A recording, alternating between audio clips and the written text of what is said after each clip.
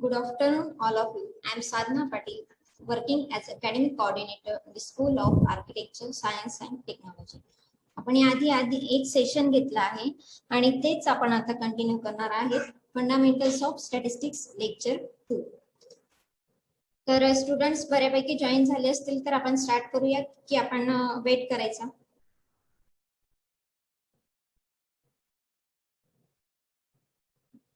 या आधीच्या लेक्चर मध्ये आपण बेसिक की टर्म्स पाहिल्या. What is the population, what is the sample, त्याच्यानंतर ग्राफिकल प्रेझेंटेशन ऑफ डेटा पाहिलं. Why we use the graphical presentation.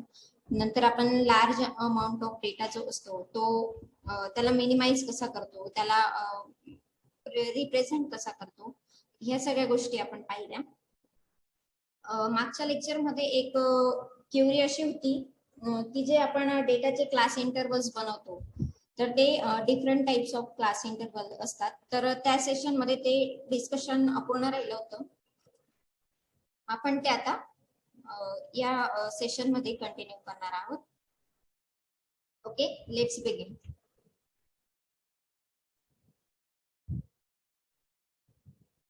So आपण आज बघणार आहोत different types of class intervals. नंतर histogram, how to plot the histogram, how to plot frequency polygon, measure of central tendencies that are mean, mode, median, geometric mean. आपण आजच्या session मध्ये हे सगळं डिस्कस करणार आहोत. So let's begin. Discontinuous classes. मागच्या lecture मध्ये जे एक क्वेश्चन आला होता की जो क्लास इंटरवल आहे तो मी continuous type of class interval वापरला होता आणि एकाने सजेस्ट केलं होतं की तो डिस्कंटिन्युअस पाहिजे. त्याच्यामुळे आपण हे डिस्कशन घेत आहोत. Discontinuous classes म्हणजे काय? Discontinuous class are the ones in which upper limits does not continue in the succeeding class. हे आपण एक्झाम्पल मध्ये बघू. It is also called as the inclusive form as both upper and lower limits are included while recording the observations. So हे एक example आहे. इथे तुम्ही बघू शकतात अप्पर लिमिट 30 आहे पहिल्या क्लास इंटरव्हलचं आणि लोअर लिमिट हे 39 आहे. आणि त्याच्यानंतरचा जो क्लास होतोय तो स्टार्ट होतोय 40 पासून. 39 पासून न स्टार्ट होता तो 40 पासून स्टार्ट होतोय. So this type of class interval जे आहे तसेच त्याचा खालचा जो इंटरव्हल आहे तो 49 ला एंड होतोय आणि पुढचा जो क्लास इंटरव्हल आहे तो 50 ला स्टार्ट होतोय. So this type of class interval is discontinuous type of class intervals. याच्यामध्ये जर ऑब्झर्वेशन मध्ये 30 व्हॅल्यू आली किंवा 39 व्हॅल्यू आली तर दोघंही व्हॅल्यू या क्लास इंटरवल 30 ते 39 या रेंज मध्ये त्याची फ्रिक्वेन्सी आपण इन्क्लूड करू. सो मग कंटिन्युअस क्लासेस काय असतात? Continuous classes are the ones in which upper boundaries of class is equal to the lower boundaries of succeeding class. It is also called as exclusive form as per the upper limit of each class is excluded but lower limit is included. याच्यामध्ये upper limit हे त्या class interval मध्ये असतं पण lower limit include नाही होत. जसे की आता इथे बघू शकता तुम्ही पहिला जो क्लास इंटरवल आहे तो 29.5 to 39.5 आहे. पण या क्लासेस मध्ये जो सेकंड क्लास आहे तो परत 39.5 पासून स्टार्ट होतो आणि 49.5 ला एंड होते. Again next interval is starting from 49.5. So this type of classes are continuous type of class intervals. आता याच्यामध्ये 39.5 जर आपल्या ऑब्झर्वेशन मध्ये व्हॅल्यू आली 39.5 तर ती व्हॅल्यू पहिल्या इंटरवल मध्ये इन्क्लूड न होता सेकंड इंटरवल मध्ये इन्क्लूड होते. म्हणजे 39.5 टू 49.5 जो इंटरवल आहे त्या इंटरवल मध्ये ही व्हॅल्यू काउंट केली जाते. आता हे जे आहेत हे इथे जे पहिला क्लास इंटरवल आहे तो 29.5 पासून तर 39.5 पर्यंत असा इन्क्लूड केला जातो. म्हणजे 39.5 ही व्हॅल्यू पहिल्या क्लास मध्ये इन्क्लूड न होता सेकंड क्लास मध्ये इन्क्लूड होते. सो वाय आपण डिस्कंटिन्युअस क्लासेसला कंटिन्युअस क्लासेस मध्ये का ट्रान्सफर करतो, तर it is important to convert the discontinuous classes into continuous as it is helpful for us in calculating central tendencies. डेटाचे सेंट्रल टेंडन्सीज जेव्हा आपण कॅल्क्युलेट करतो ते आपण पुढे बघणार आहोत. त्याच्यासाठी आपण आपल्याला जे क्लासेस असतात ते continuous type of class intervals पाहिजे असतात आणि ऑल्सो अदर पॅरामीटर्स ते आपण थ्रू आउट द सिलेबस आपण ऑब्झर्व करणार आहोत की आपल्याला खूप का कंटिन्युअस क्लासेसची गरज पडते. To convert discontinuous classes into continuous classes we subtract 0.5 from lower limit and add 0.5 to upper limit. आता एखादा सेम डेटा मी घेतलेला आहे. जर आपला डेटा हा डिस्कंटिन्यू आपल्या डेटामध्ये जे क्लास इंटरवल्स आहेत जर ते डिस्कंटिन्यू टाइप असतील तर त्याला कंटिन्युअस टाइप मध्ये आपण कन्वर्ट करतो. ते करण्यासाठी इथे बघू शकता तुम्ही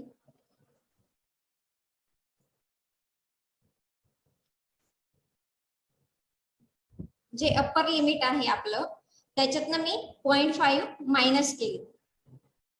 ठीक आहे. आणि सेम अप्पर लिमिट जे आहे त्याच्यामध्ये 0.5 ऍड केली. In every class interval I have done the same addition and subtraction method. ठीक आहे.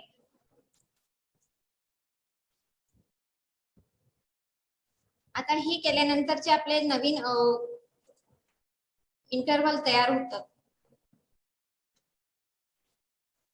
ते ह्या पद्धतीने होतात. ठीक आहे. ही मेथड आहे डिस्कंटिन्युअस क्लासेसला कंटिन्युअस टाइप मध्ये कन्वर्ट करण्याची. ह्या मेथड मध्ये फ्रिक्वेन्सीज वर काही फरक पडत नाही. फ्रिक्वेन्सीज या ऍज इट इज राहतात. आपण फक्त क्लास इंटरवल्सला कंटिन्युअस टाइप मध्ये कन्वर्ट करत असतो. नेक्स्ट आहे क्युम्युलेटिव्ह फ्रिक्वेन्सी. जी आपली फ्रिक्वेन्सी दिलेली आहे इकडे बघू शकता तुम्ही फ्रिक्वेन्सी आहे तर 29.5 ते 39.5 मध्ये किती नंबर ऑफ ऑब्झर्वेशन्स आहेत ती म्हणजे आपली फ्रिक्वेन्सी असते. तर या डेटावरून आपण असं रीड करतो आहे की 29.5 ते 39.5 मध्ये असणाऱ्या व्हॅल्यूज किती आहेत 0 म्हणजे त्या क्लास इंटरवलची फ्रिक्वेन्सी किती आहे 0. त्याचप्रमाणे आपण क्युम्युलेटिव्ह फ्रिक्वेन्सी काढतो. ही फक्त फ्रिक्वेन्सी झाली. आता क्युम्युलेटिव्ह फ्रिक्वेन्सी ही नवीन कन्सेप्ट आहे. ही पण आपल्याला थ्रू आउट द सिलेबस लागणार आहे म्हणून आधीच आपण की टर्म्स मध्ये ह्या डेफिनेशन डिस्कस करतो आहोत. It is obtain by adding the successively frequencies of all previous classes including the class against which it is written. Cumulate is started from the lowest to highest size. आता याच्यामध्ये पण दोन पद्धती आहेत. लेस than cumulative frequency आधी आपण ही concept बघणार आहोत. लेस दॅन क्युम्युलेटिव्ह फ्रिक्वेन्सी करताना पहिल्या क्लास इंटरवल पासून आपण सुरुवात करतो. सो पहिली व्हॅल्यू 0 घेतली. ठीक आहे. पहिली व्हॅल्यू 0 ऍज इट इज ठेवायची. नंतर जो सेकंड क्लास असेल त्याच्या समोर जी वरची व्हॅल्यू असेल ही प्लस ही या दोघांची ऍडिशन ह्या क्लास इंटरवलच्या समोर लिहायची. ओके. त्याचा आन्सर आलाय 3. आता नेक्स्ट क्लास मध्ये एंटर करताना त्या क्लासची फ्रिक्वेन्सी प्लस मागच्या क्लासची जी क्युम्युलेटिव्ह फ्रिक्वेन्सी आलेली आहे ती यांची ऍडिशन त्याचा आन्सर. ओके. सेम 53 प्लस मागच्या क्लास इंटरवलची क्युम्युलेटिव्ह फ्रिक्वेन्सी. ओके. त्याची ऍडिशन अगेन 66 प्लस 107 त्याची ऍडिशन आलेली आहे 173. ही जी ऍडिशन येते ती जो आपला फ्रिक्वेन्सीचा कॉलम असतो त्याची ऍडिशन आणि क्युम्युलेटिव्ह फ्रिक्वेन्सीची लास्ट ऍडिशन ही सेम पाहिजे. ओके. या पद्धतीने आपण क्युम्युलेटिव्ह फ्रिक्वेन्सीज या काउंट करत असतो. आता मोर दॅन क्युम्युलेटिव्ह फ्रिक्वेन्सी. लेस दॅन बघितली. आता more than. It is obtained by finding the cumulative total of a frequency starting from highest to lowest class. आता ही हायेस्ट क्लास पासून स्टार्ट करायची, म्हणजे 17 to 79 पासून स्टार्ट करायची.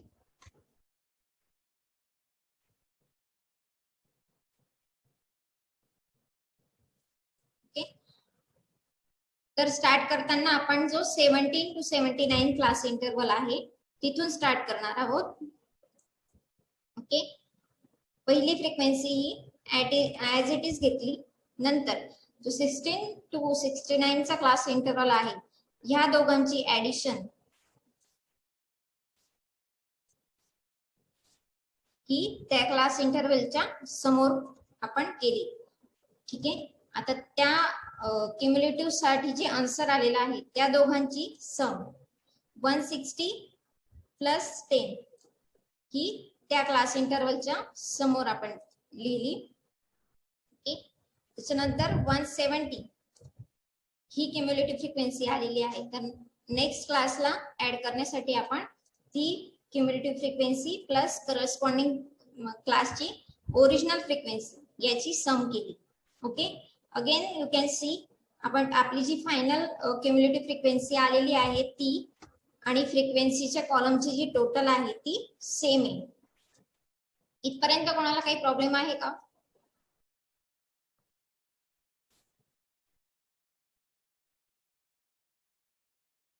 आपण आतापर्यंत क्लास इंटरवल्स आणि क्युम्युलेटिव्ह फ्रिक्वेन्सी या दोन गोष्टी डिस्कस केल्या आहेत.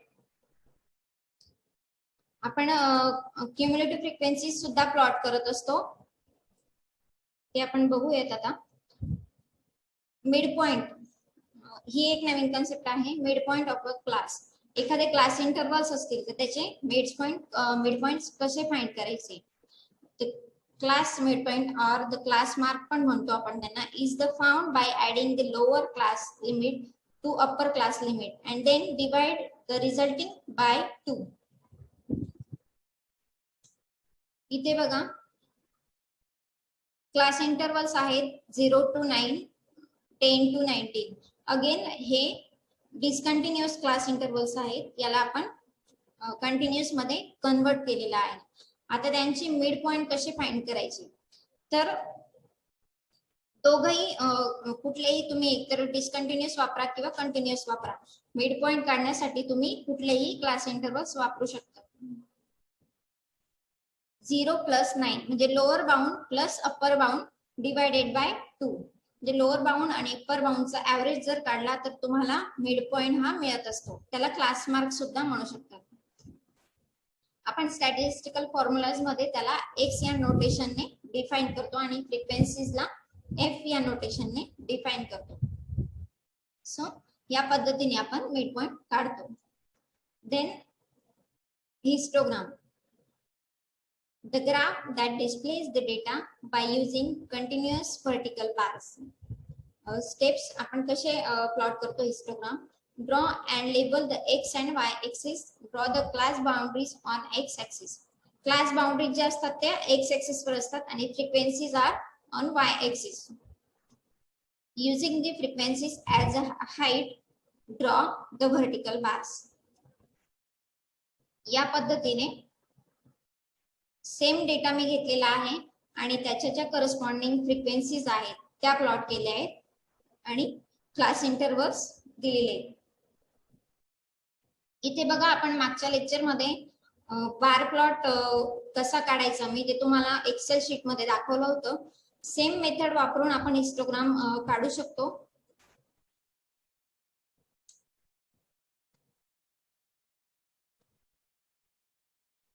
फक्त त्याचे जे बार्स असतात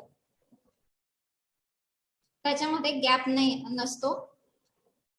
हिस्टोग्रामच्या बार्स मध्ये गॅप नसतो, ते कंटिन्युअस एकमेकाला लागून असतात.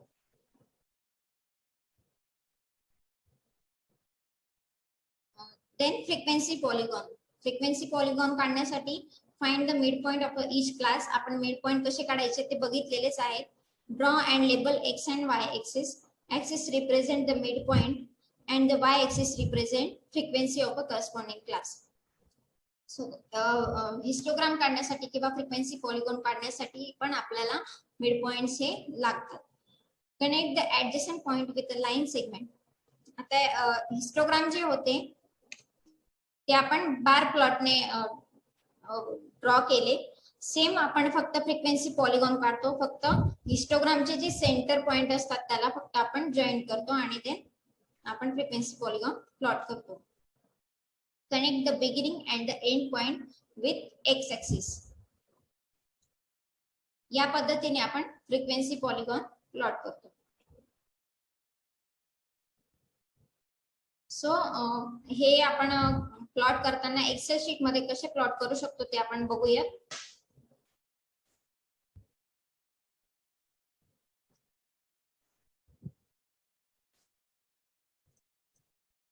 सो सेम डेटा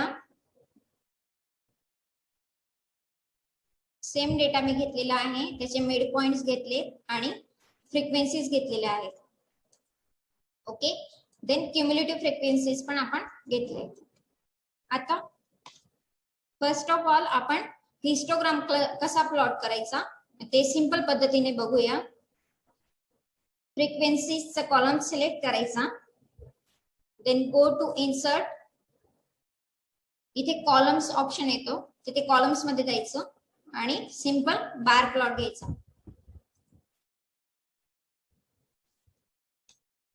आता इथे तुम्हाला दिसतंय की हा बार प्लॉट आलेला आहे. आपल्याला हिस्टोग्राम हवाय, तर एखाद्या कुठल्याही बारवर क्लिक करा, राईट क्लिक करायचं, देन फॉर्मॅट डेटा सिरीज म्हणा. ठीक आहे, फॉर्मॅट डेटा सिरीज म्हटल्यानंतर इथे नो गॅप असं ऑप्शन येतंय.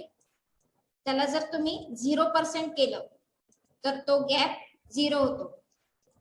ओके, या पद्धतीने आपण फ्रिक्वेन्सी हिस्टोग्राम काढला. आता जो एक्स ऍक्सिस आहे त्याच्यावर तुम्ही व्हॅल्यूज बघतायत 1 2 3 आहेत. ठीक आहे, पण आपल्या डेटामध्ये त्या व्हॅल्यूज वेगळ्या आहेत. आपल्याला एक्स ऍक्सिसला मिड पॉइंटचे व्हॅल्यूज प्लॉट करायचे आहेत. तर ते करताना परत त्याच्यावर सिलेक्ट करायचं, राईट क्लिक करून सिलेक्ट दी डेटा आणि इथे 1 2 3 तुम्हाला ज्या व्हॅल्यूज दिसत असतील, ठीक आहे, तिथे एडिट म्हणायचं आणि ऍक्सिस लेबल रेंज. तर जी रेंज आहे ती मिड पॉइंटची रेंज द्यायची. ओके,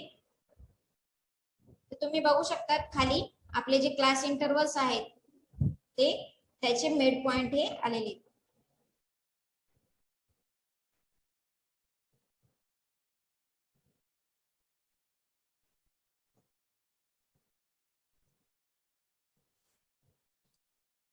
ओके, या पद्धतीने आपण हिस्टोग्राम प्लॉट केला.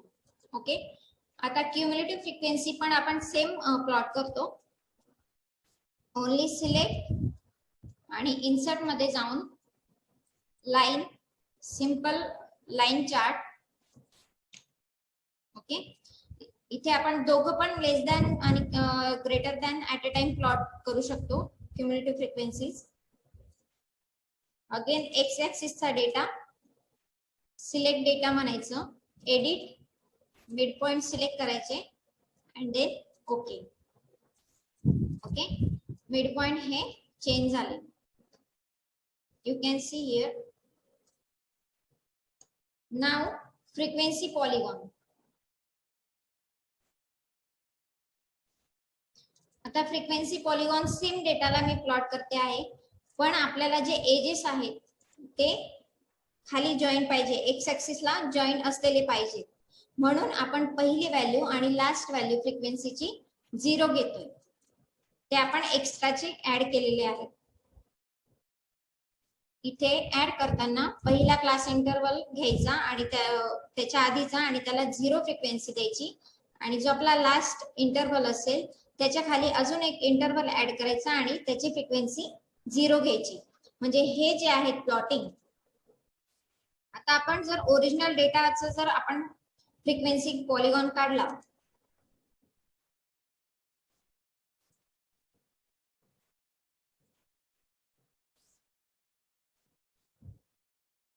हा आपला ओरिजिनल डेटा आहे, याचं जर आपण फ्रिक्वेन्सी पॉलिगॉन काढला, सिंपल लाईन प्लॉट काढायचा, पण हे जे याचे जे एजेस आहेत ते एक्स ऍक्सिसला टच नाहीये, तर ते एक्स ऍक्सिसला टच होण्यासाठी आपल्याला याच्या आधीचा एक क्लास इंटरवल ऍड करावा लागेल आणि लास्टच्या नंतर अजून एक क्लास इंटरवल ऍड करावा लागेल आणि त्याच्या फ्रिक्वेन्सीज या 0 घ्याव्या लागतील. ओके, तर सेम फ्रिक्वेन्सी पॉलिगॉन काढण्यासाठी select the frequencies, go to insert, select the line,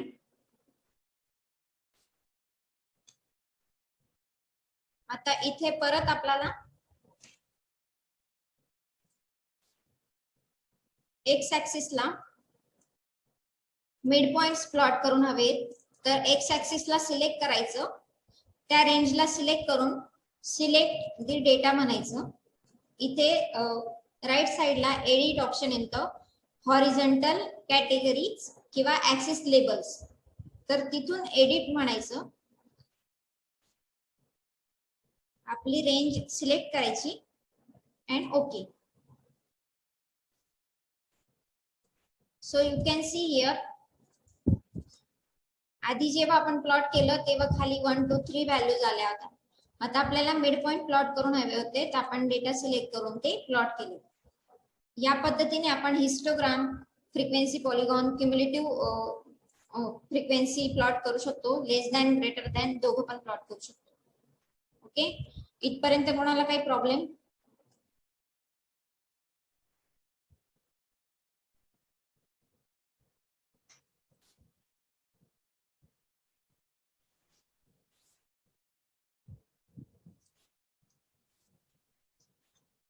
okay, so आपण आता पुढे जाऊयात. आता नेक्स्ट टॉपिक आहे measure of central tendencies. So डेटाचा सेंटर जेव्हा आपल्याला हवा असतो, वेगवेगळ्या पद्धतीने आपण डेटाचा सेंटर फाइंड करत असतो. डेटाचा मिडल काय आहे, मिडल पॉइंट काय आहे. 3 kinds of averages of data set, mean, mode and median. This section could be titled 3 kinds of averages of the data set. Any kind of average is meant to be an answer. कुठलाही पद्धतीचा आपण average काढला तर आपण डेटाचा centre हा मिळवू शकतो. सो मीन, मोड, मीडियन आपण आज बघणार आहोत. मीन, सॅम्पल मीन ऑफ सॅम्पल मीन म्हणा किंवा पॉप्युलेशन मीन म्हणा, ते फॉर्म्युला चेंज नाही होत, फक्त जे नोटेशन्स आहेत ते चेंज होतात. The sample mean of a set N sample data is number X bar. X bar ने आपण मीनला डिनोट करतो and defined by X bar equal to, हे जे साइन आहे ते समेशनचं साइन आहे, summation X upon N. N is number of observations in a sample, किंवा इन अ पॉप्युलेशन असेल तर आपण त्याला कॅपिटल एन ने डिनोट करतो आणि sample number of sample observation असतील तर स्मॉल एन ने डिनोट करतो. Let us see the example. इथे डेटा दिलेला आहे, find the mean of the sample data. Values आहेत 2 -1 0 2. So there are 4 values, the number of observations are 4. मग N ची व्हॅल्यू काय असेल 4 आणि समेशन ऑफ एक्स आर 2 -1 0 2. ह्या ज्या व्हॅल्यूज आहेत त्या एक्स च्या व्हॅल्यूज म्हणून कन्सिडर करता येतील. 2 -1 2 plus -1 plus 0 plus 2 upon 4. So 3 upon 4. So mean of the observations is 0.75. Okay.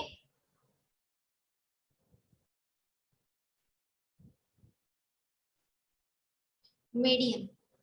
The sample median x bar of a set sample data for which there are an odd number of measurements. In the middle measurement when the data are arranged in numerical order. हे आपण एका example ने बघूयात. इथे data दिलेला आहे, values आहेत 9 2 4 5 8 6 7.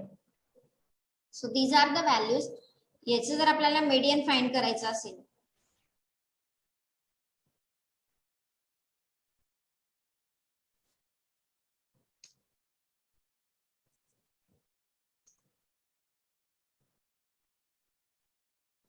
याचं जर आपल्याला मीडियन फाइंड करायचं असेल, मीडियन मीन्स आपण शब्दावरूनच बघू शकतो, median means middle of the data, centre of the data.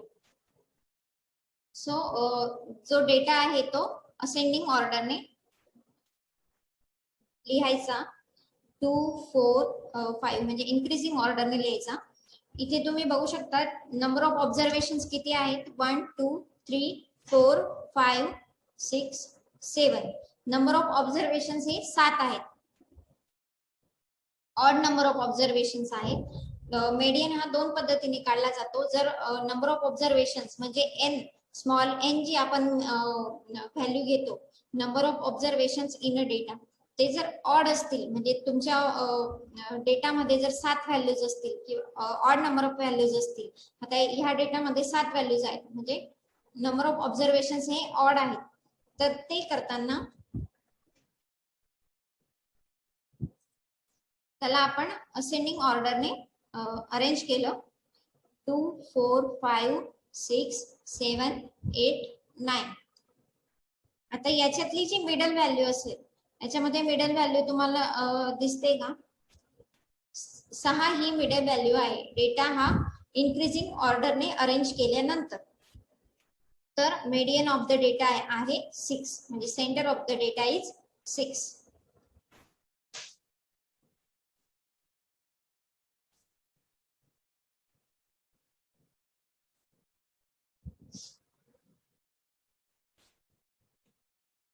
Okay, find the middle value of the data, that is 6. So median is 6. आता जर तुमच्या डेटामध्ये नंबर ऑफ ऑब्झर्वेशन हे इव्हन असतील, the sample median x bar of a sample data for which there are an even number of measurements, the mean of the two middle measurements when the data are arranged in numerical order. एक तर तुम्ही increasing ऑर्डरने त्याला arrange करा किंवा decreasing ऑर्डरने arrange करा, no problem. Middle value जी असते त्याच्यावरून आपण मीडियन हा डिफाइन करत असतो, त्याला न्यूमेरिकल ऑर्डरने अरेंज केल्यानंतर. ओके, सेम एक्झाम्पल आहे, फक्त मी याच्यात एक एक्स्ट्रा ऑब्झर्वेशन ऍड करून घेतलंय, 11. ओके, हे ऑब्झर्वेशन मी ऍड केलं.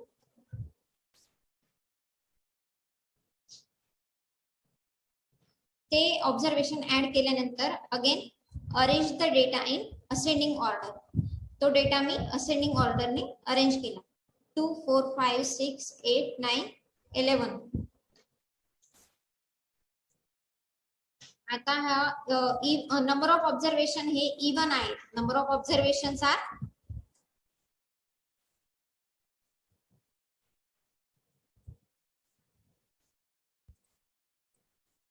equal to 8. There are 8 observations. तर जर नंबर ऑफ ऑब्झर्वेशन्स हे इव्हन असतील तर मधले जे दोन ऑब्झर्वेशन असतील, डेटा इन्क्रीजिंग किंवा डिक्रीजिंग ऑर्डरने अरेंज केल्यानंतर जे मिडलचे दोन ऑब्झर्वेशन असतील त्याचा ऍव्हरेज घ्यायचा असतो. इथे 6 आणि 7 या दोन मिडल व्हॅल्यूज आहेत डेटा इन्क्रीजिंग ऑर्डरने अरेंज केल्यानंतर. त्या दोन व्हॅल्यूजचा ऍव्हरेज जो येईल तो आपल्या डेटाचा मीडियन असतो. इथे 6 आणि 7 या दोन मिडल व्हॅल्यूज आहेत, तर 6 + 7/2 = 6.5 म्हणजे त्यांचा ऍव्हरेज हा 6.5 येतो आहे, म्हणून median is 6.5.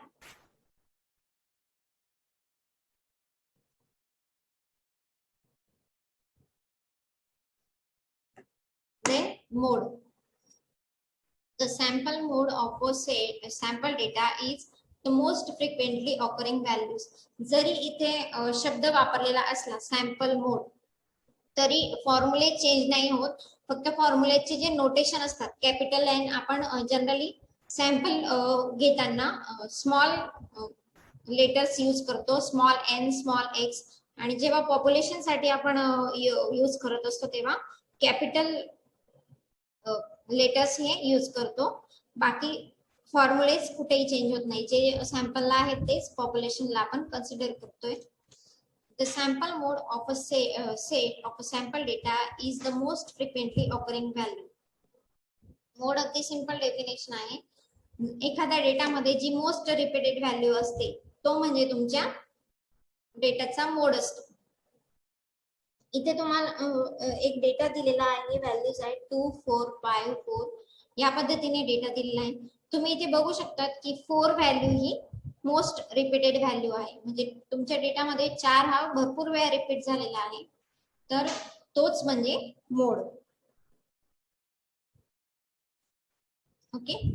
Mean of group data.